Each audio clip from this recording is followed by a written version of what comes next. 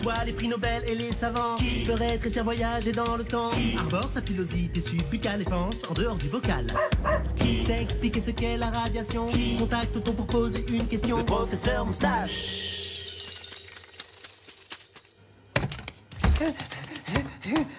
Chérie, ouvre! Cher prof, ma femme veut que je lui fasse l'amour comme une bête. Comment dois-je m'y prendre? Mon cher Eric, j'ai bien entendu.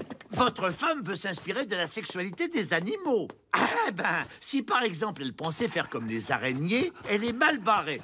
Ah, ouf, Yuki. En effet, l'araignée n'a pas de zizi, mais juste un petit orifice. Dans son cas, faire l'amour consiste à expulser une grosse goutte de sperme, de la prendre et de la placer discrètement au bon endroit. Regarde là-haut. Ce qui demande une bonne connaissance de l'anatomie féminine. Mais tu fais quoi, là? Et d'être en forme, car il faudra vite vous échapper avant que vous y laissiez une patte. Ou pire, la vie. Espérons aussi que votre femme ne veuille pas pratiquer le sexe à la manière de la baudroie. Vous savez, ce poisson hideux qui porte une lanterne sur le nez. La femelle est grosse, tandis que le mâle est minuscule. Si votre femme veut faire l'amour comme une baudroie, vous devrez, mon cher Eric, vous accrocher à elle en la mordant. À partir de là, vous allez fusionner avec votre femme. Muscles, sang, os, elle va tout vous absorber, sauf vos testicules. C'est tout ce qui restera de vous. Une baudroie sexy se reconnaît d'ailleurs aux nombreuses paires de testicules qu'elle porte sur elle. Attention, si un mâle reste puceau trop longtemps, il se met à grossir et se transforme en femelle. J'avoue que tout ça n'est pas très flatteur pour les hommes. Mais à l'inverse, je vous déconseille pour le confort de votre femme l'amour traumatique de la puce. La femelle puce n'a en effet aucun orifice génital. Rien, que dalle. C'est le mâle qui la perfore avec son sexe. Hélas, il ne vise pas toujours très bien. Désolé, ma pupuce, il n'a pas pu me retenir. La bonne nouvelle, c'est que vous êtes enceinte.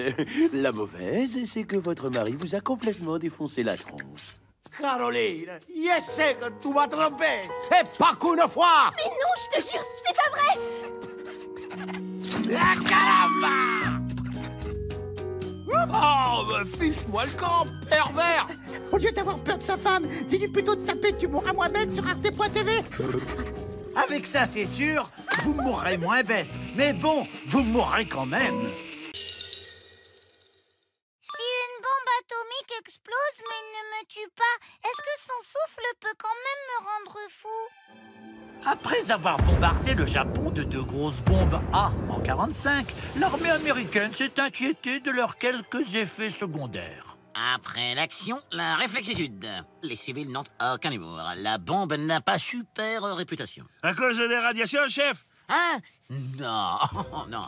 On pensait que se retrouver sous le champignon d'une bombe rendait totalement fou. Mais si c'est vrai, cette histoire, comment j'envoie mes soldats sur les lieux bombardés, moi? J'ai ce qu'il vous faut. C'est là qu'intervint le docteur Howard Scott Liddell. Alors oui, vu comme ça, c'est pas évident. Voici ta chambre. La spécialité de Liddell était de rendre les animaux dépressifs. Si tu as froid, il y a un barbecue contre le mur.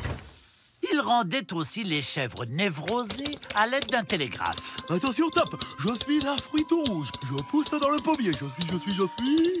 Un pruneau? Eh l'enfant, je suis un poireau.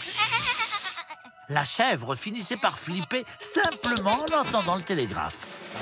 Un peu comme les civils avec les sirènes des bombardements. Et donc, le 1er juillet 1947, un avion largua une bombe sur 242 bateaux contenant des centaines de chèvres, de cochons, de hamsters, de rats. Nom de la mission, Crossroads. Loin de là, les scientifiques observaient via des caméras les chèvres restées dans les navires. Ça fait 2 heures que je suis sur le bateau et je supporte plus Patrick. C'est qui, Patrick? C'est le cochon de Rastelic. José, envoyez la bombe! Attendez, chef! Vous êtes sûr qu'il n'y a pas des dauphins dans l'eau? Non, y'a rien, vas-y. Oh non! Il y avait des licornes en plus! Seulement 10% des animaux moururent du souffle brûlant de la bombe. Mais allô Boris a pris mon shampoing. C'est qui, Boris? L'armée en déduisit que la bombe ne posait pas de problème psychologique insurmontable. Oh, elles vont très bien, ces chèvres. En vérité, Lidl avait bien trop détraqué la tête de ses chèvres pour qu'elles réagissent normalement. Et puis, 90% des bêtes moururent comme des mouches les jours suivants d'irradiation aiguë. Pauvre petite chèvre. Promets-moi de faire un biopic de ma vie avec Ryan Gosling. Si vous pensez encore que les bombes ne sont dangereuses que pour les chèvres, tapez « Tu mourras moins bête » sur arte.tv. Avec ça, c'est sûr, vous mourrez moins bête. Mais bon, vous mourrez quand même. Cher prof, certains disent que l'homosexualité est contre nature. Est-ce que c'est vrai? D'après le petit Roberto, contre nature veut dire ce qui va à l'encontre des règles qui régissent l'équilibre de la planète et menace la cohérence de son fonctionnement. Oh là là là là. On peut dire ça de presque toute l'humanité. Très tôt, les éthologues ont remarqué des comportements homosexuels dans la nature. Que font donc ces deux singes mâles? Mais soit par ignorance, soit par pudeur, ils gardèrent ces observations pour eux. Je crois que celui du dessus aide l'autre à recracher pour pas qu'il s'étouffe. Ah, crache ta cacahuète! Crache! Heureusement, en 1999, Bruce Bedgmill observa enfin la chose avec précision et sérieux. Il classa ses comportements en 4 catégories. Premièrement, l'acte homo soft. C'est quand deux oiseaux mâles se font mutuellement la parade. Tavenir, c'est des adadas tatanium. Deuxièmement, il y a l'acte homo soft, mais avec contact, comme les guenons qui s'embrassent. Ah, t'es trop belle. Puis l'acte homo avec contact, mais moins soft, comme le frappage de sexe entre singes appelé l'escrime. Et enfin, le rapport de couple homo, comme les manchots de Humboldt. Alors, je me casse le cul pour rien, il veut pas éclore. Je suis un mauvais père. Ouais, non, François.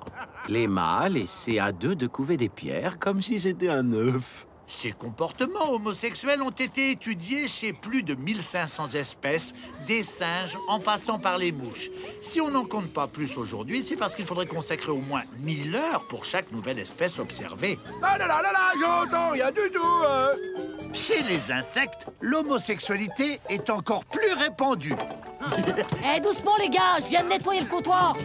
D'après un certain docteur Scharf, les insectes mâles s'accouplent, soit parce qu'ils sont trop pressés, soit parce que se fatiguer à identifier son partenaire est une perte de temps. Et au fait, t'es un gars ou une fille? Oh, mais arrête, on s'en fout, continue. Eh, encore? Mais pas sur mon bar, les gars. Vous l'aurez compris, dans la nature, l'homosexualité est assez banale. L'espèce humaine aura bizarrement été la seule à l'avoir interdite. Plutôt que de chercher la petite bête là où il n'y en a pas, tapez Tu mourras moins bête sur arte.tv. Avec ça, c'est sûr, vous mourrez moins bête. Mais bon, vous mourrez quand même.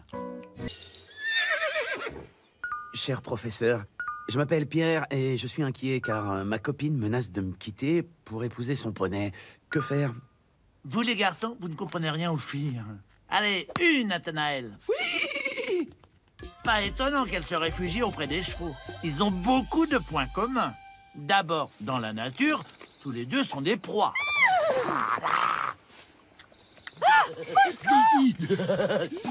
Tous les deux ont des problèmes de cheveux. Sois fort, bisous. Des soucis concernant leurs pieds. Et plein d'autres trucs que les garçons peuvent pas comprendre.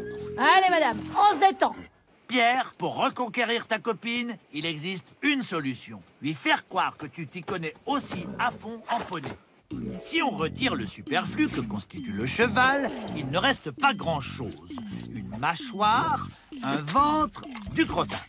Attention, Pierre, là, tu vas scotcher ta copine. Le cheval possède le muscle le plus puissant du règne animal, le sphincter œsophagien. Ce muscle s'ouvre et se referme à l'entrée de l'estomac pour laisser passer la nourriture.